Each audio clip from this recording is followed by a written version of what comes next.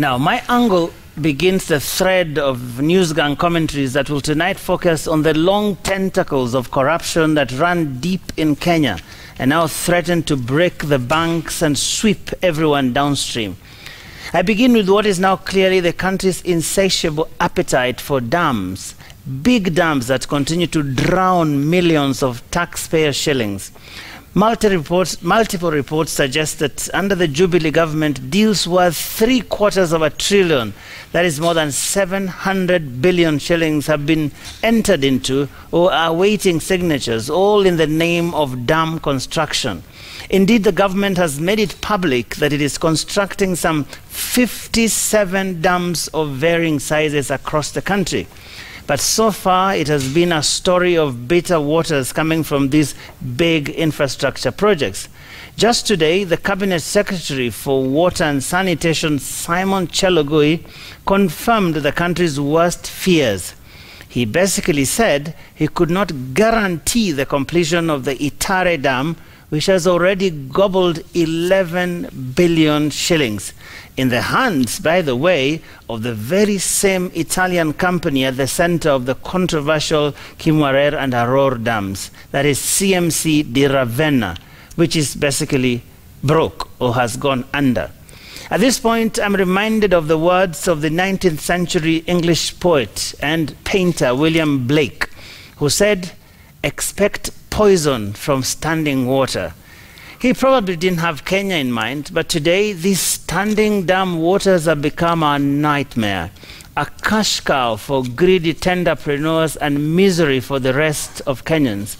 Many observers believe dams are easy targets for underwater thieves because of how we have structured the contracts. Most of the projects are carried out under a scheme in which the contractor is responsible not just for the engineering, procurement, and construction, but also the financing of the project. This model gives full control to the contractor and is thus prone to abuse and plunder. Now, experts have pointed out that dams in Kenya are hardly built in the right places. The government has now admitted that the 1 billion shilling Kiserian Dam was actually built in the wrong place and is now full of silt and sewage, just 6 years after completion. Environmentalist Peter Kalua says spending more resources in conserving water towers, such as the Mau, would reduce the need for these mega money gobblers. And there are many small-scale alternatives to big dams taking root in various parts of the country, talking about sand dams, rainwater harvesting, and all that. Now, fellow water stakeholders, the ongoing crisis provides, I would say, an excellent opportunity for the country to rethink the current approach of massive investment in dams. The country must evaluate the financial costs of these projects, including the glaring loopholes for grand theft and even the social and environmental impacts of the dams. This may just be the only way to deny any cool waters to the cash cow that is getting fat by the day. But for the moment, that cash cow has a real lifeline: petty politics. You see, no sooner do we hear of an arrest, investigation, prosecution, than the politics sets in. The lines are characteristically familiar. They want to finish us. My people are being targeted. And now the latest entrant into the rhetoric is, it is about the 2022 succession politics. This rant is usually followed and often preceded by choreographed attacks on institutions, from the investigating agency to the courts and even judges and magistrates hearing the case. The contents of charge sheets are quickly converted to political gunpowder and suspects presented as some poor innocent ethnic matter. This typical Kenyan tribal ritual at one point forced the DPP to break down by tribe the list of corruption-related arrests and investigations. Bizarre, you may say, but it seems that was necessary. But then the Kimwarer Aror list emerges and, quite frankly, falls short of the warped expectation of regional balance. And you see, that provides some really inviting political fodder, especially of the kind that feeds those roaming loose cannons. And then a list of criminal case suspects becomes a presidential succession factor. And we must ask, but how? Well, it is part of the shocking length our politicians walk to twist narratives to suit their selfish interests. It's not about those suspects in court, and it is not even about their tribes. It is about those selfish, narrow interests of some of our politicians. So let me call it out tonight. Playing the tribal or political card against a judicial process is one of the highest forms of blackmail in Kenya. Attacking the DCI before he arrests, assaulting the DPP before he prosecutes, invoking elections that are years away, and dragging in the innocent names of communities. All these also constitute blackmail. You have to hand it to the politicians, though. They are capable of spectacular backflips of the kind that was displayed on Tuesday, when politicians who engaged the blackmail gear on Monday turned up humble and constitution-abiding before a court of law. That should be the spirit of our politicians. For the sake of our country and its institutions, check your limits. On the war on corruption, none of Kenya's 44+ tribes has ever been indicted, and none ever will be. No tribe will ever be handcuffed and taken to court. None. Only individuals have ever been and will always be charged in court for their actions of commission or omission.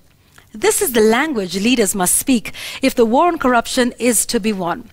And while at it, our leaders must lead by example. And that's my take tonight. And my kicker, talking of leading by example, President Kenyatta has been receiving a lot of public advice today and even in the days preceding the dramatic events of early this week. At the funeral service for the mother of former presidential candidate Peter Kenneth today, there was such plenty of advice, even if delivered in small doses. First, former Vice President Musalia Mudavadi asked the president to show his nails, or claws he meant for that matter. Mudavadi said, "Toa pingu," bring out those handcuffs, in obvious reference to the arrest of corruption suspects on Monday. Then former Cabinet Minister Mohisa Kitui weighed in with additional counsel, asking the president to stay the course in the war on corruption.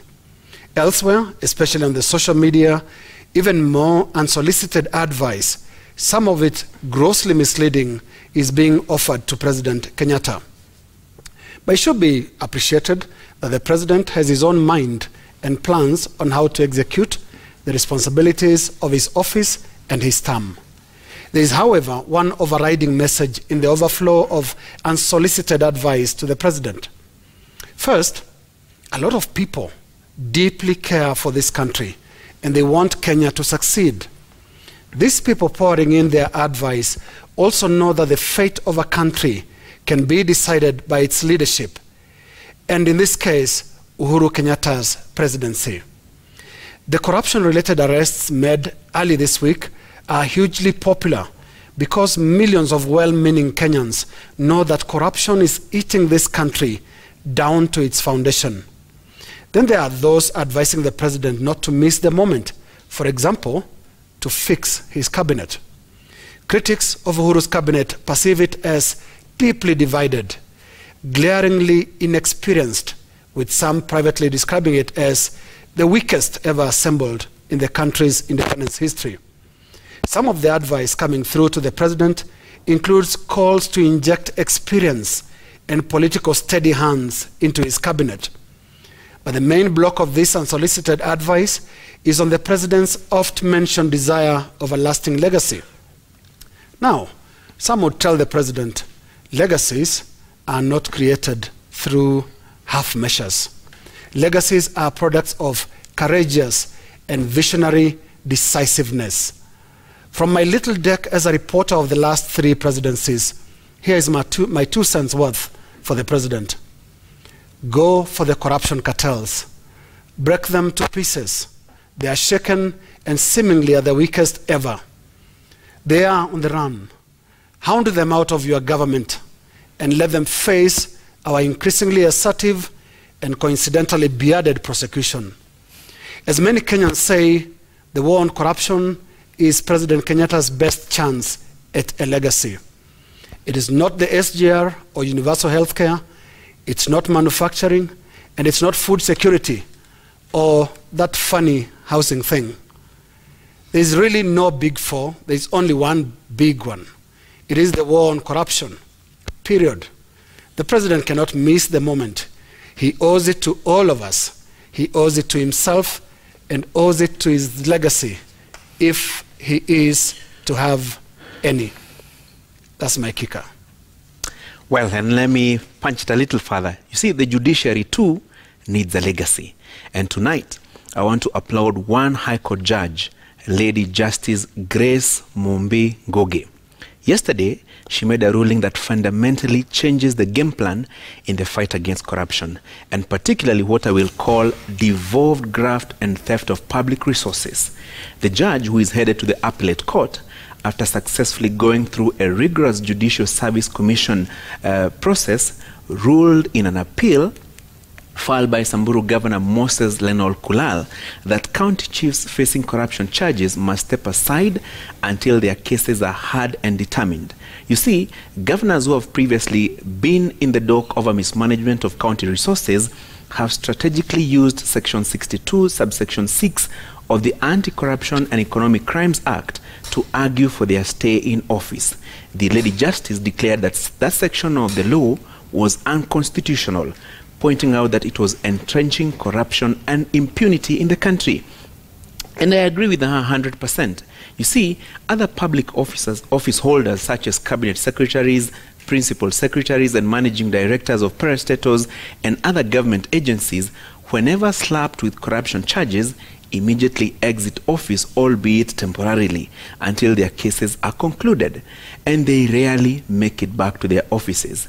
Let me quote 3 paragraphs in Justice Ngugi's verdict that I would dare say are a game changer in the graft war, particularly misuse of county funds. She said, "In the matter before me, the governor of a county to whom Article 10 and Chapter 6 of the Constitution apply is charged with the offense of abuse of office. He is charged with basically enriching himself at the expense of the people of Samburu County who elected him and who he is expected to serve." End of quote. She goes on to state, would it serve the public interest for him to go back to the office and preside over the finances of the county that he is being charged with embezzling? What message does it send to the citizen if their leaders are charged with serious corruption offenses and are in the office the following day overseeing affairs of the institution?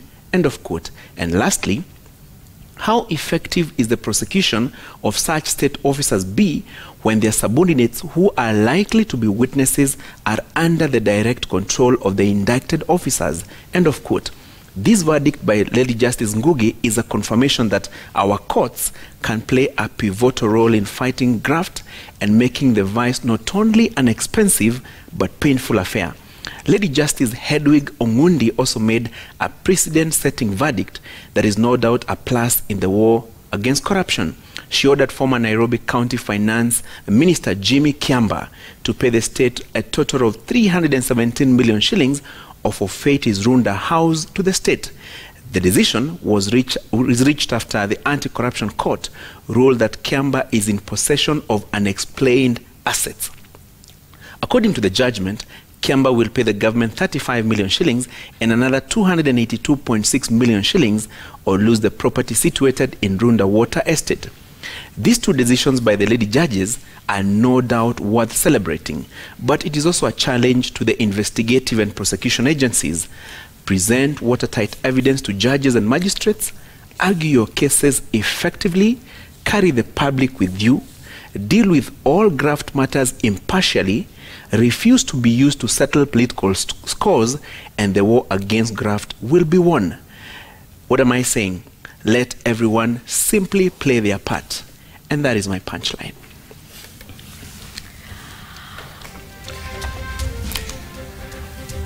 The hashtag is NewsGang. Yes. And we look forward to your thoughts and keep engaging with us and interacting with us. I think we ended it on a sober note. Well, there's also a punchline by the Deputy Speaker of the Senate. He's saying... Does he have the copyright? I hope he does. This is his version. He's saying devolution is at its deathbed. The language of national government and the National Assembly is as if Kenya's taxes belong to the national government and counties are irritant beggars. Sadly, members of the county assemblies are silent. The Council of Governors is meekly asking for a solution without firmly saying they are on the Senate side. This is what he says. Keep talking to us and keep the conversations going. We love to continue to hear from you. And thank you so much for your feedback and always watching us. I have to say, well, it's not for News Gang, but my show tonight is 1 year old today, so I'm really excited about congratulations. that. Happy cake. Happy birthday. Where's the cake? Where's the cake? No, we should have some cake. Yeah, and thanks to everyone. I mean, there's a whole team. Hata hiyo show itakuwa chama, by the wakicheza itakuwa chama. Can we launch the anniversary? We should declare it launched, and thanks to everyone. This is a wonderful team here. I mean, from everyone that gets this ready, including you, Robert, as well, my super news director. Thank you very much. Have a good night. We'll see you again next week. Bye-bye.